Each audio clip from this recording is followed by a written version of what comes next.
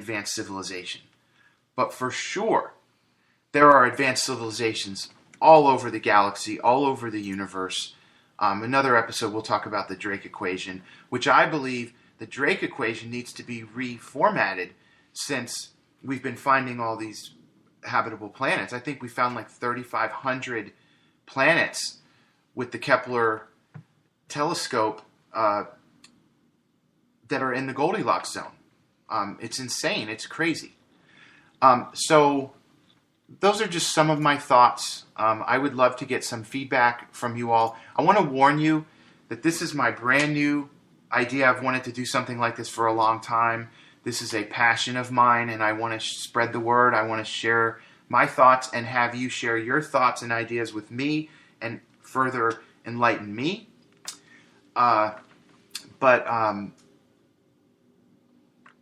If you go to my website or Twitter or Facebook, they're not set up very well. I'm just warning you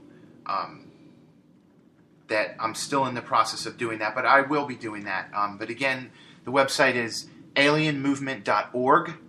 Twitter is at alienmovement1, the number 1. Facebook is at alienmovement.org. And then I'm on Spreaker as well. So this is episode 1. I'm going to have a lot of fun things to talk about. Let me give you an example of some of the topics that I want to talk about as we go forward. U.S. presidents, and there are a lot of them, some very interesting stories. Some of them you may have heard. World leaders. I'm going to talk about some different world leaders and things that have happened to them. I'm going to talk about the crash at Aurora, Texas in 1897. This is absolutely shocking, this story. It's incredible what happened, and that it's written about in the newspaper. I'm trying to think of the name. The Dallas Morning News. April 19th, 1897. A newspaper article in the Dallas Morning News about this crash with a body recovered and a burial in the local cemetery. It's unbelievable. I'm going to talk about Roswell. I'm going to talk about ancient artwork, and you all have seen it with spaceships flying around above the Virgin Mary, and the incident that happened in Germany that was in the newspaper or whatever, that woodwork, wood art, whatever it's called. I'm going to talk about time, because something that people often forget about is, I don't mean time travel. That is, I believe that's a totally different topic. That's not what I'm going to talk about. I'm not going to talk about dimensions. I'm not going to talk about ghosts. I'm not going to talk about time travel. But what I am talking about when I say time is, people think, well, we've been in this civilization for, industrial revolution for 100 years. And we haven't mastered interstellar space travel. So nobody else has mastered it either. It's impossible. Well, again, we've had the Industrial Revolution 100 years ago. What if it was 1,000 years ago? What if it was 10,000 years ago? What if it was 100,000 years ago? What if it was 1,000,000 years ago? The universe is billions, 13 plus billion years old. There are civilizations out there that have been around for 1,000,000 years. Not, whatever you want to decide when we became a civilization. You could say 5,000 years ago, the Egyptians. Absolutely, they were an advanced civilization. But I'm talking about from Industrial Revolution, where we actually started thinking about things like flight and being able to travel to outer space. It's only been 100 years. So again, what about that civilization in the Andromeda Galaxy that their Industrial Revolution was 100,000 years ago? Think about how advanced they would be. Think about what they would be able to do. I wasn't going to cover this, but I'm going to, because I'm talking about it. So the Wright brothers flew the first airplane in 1903. In 1969, Neil Armstrong walked on the moon. That's 66 years, only 66 years, to go from a little glider airplane in Kitty Hawk, North Carolina, to a man walking on the moon. So what will we be able to accomplish in another 66 years? What about in 660 years? You get my point. So we can't compare ourselves to a civilization that's hundreds of thousands of years old and say that interstellar space travel is not possible. They probably do something like fold space, where they go straight through and they're wherever they want to be immediately, instantaneously.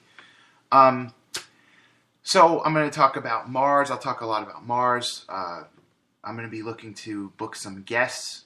I have some thoughts on ways to get some guests to come on and share really valuable information for all of us.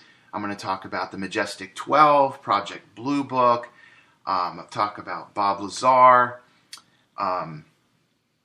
Did I mention Roswell? Roswell. I mean, Roswell is like such a big one for all of us. And quickly, I'll just say something about Roswell. So something crashes on a ranch in Roswell, New Mexico. I think it was 1946, 1947. And the Army comes out and picks up all the pieces and takes it back. And they hold a press release. And I believe that the gentleman that had the press release was an officer. Not that that's that big of a deal, but, to me, a military officer is probably a pretty straight up guy, pretty honest. In certain cases, now don't get me wrong, they cover stuff up. But this guy came out in a press conference and said, "We have recovered a flying saucer." 3 days later, the Army comes out and says, no, it wasn't a flying saucer, it was a weather balloon. Okay, that is absolutely ridiculous. It's absolutely not believable. And this is what has happened to our movement over the years, is they just keep saying no, it was swamp gas. And then the people who don't really believe or don't want to believe use that to say, oh, they're crazy, they're a bunch of kooks, they're laughing. And the government and the military just continues to deny these ridiculous denials. And people believe it. Again, people that want to believe it. So we want to push this out. I'm going to, as we go forward, as I get my Facebook page and Twitter really up and running, I want to try to get some likes so that we can spread the word. And obviously downloads on Spreaker so that more and more people can listen and then recommend me to other people. That's my entire goal, is I just want to spread the word, and I want to talk to as many of you as I can, and I really want to meet Giorgio Tsoukalos someday. I think I'm going to sign out. I'm going to start announcing when I'm going to do these, and I'm going to try to do them live. This is a recording. Again, this is my very first one. I didn't know how it would go. My computer locked up on me, but it worked out okay. I'm going to talk about, what was the other thing? I can't think of it right now, but I'll think of it. Anyway, my name is Andrew Meadows. This is Alien Movement. You can find me at alienmovement.org, on Twitter at alienmovement1, the number 1, on Facebook at alienmovement.org. That's my Facebook. And I'm on Spreaker. And hopefully I'll be doing some live shows. Maybe I'll even get some video at some point. But I really appreciate you guys downloading and listening. And I really hope that this was entertaining for you and hopefully informational.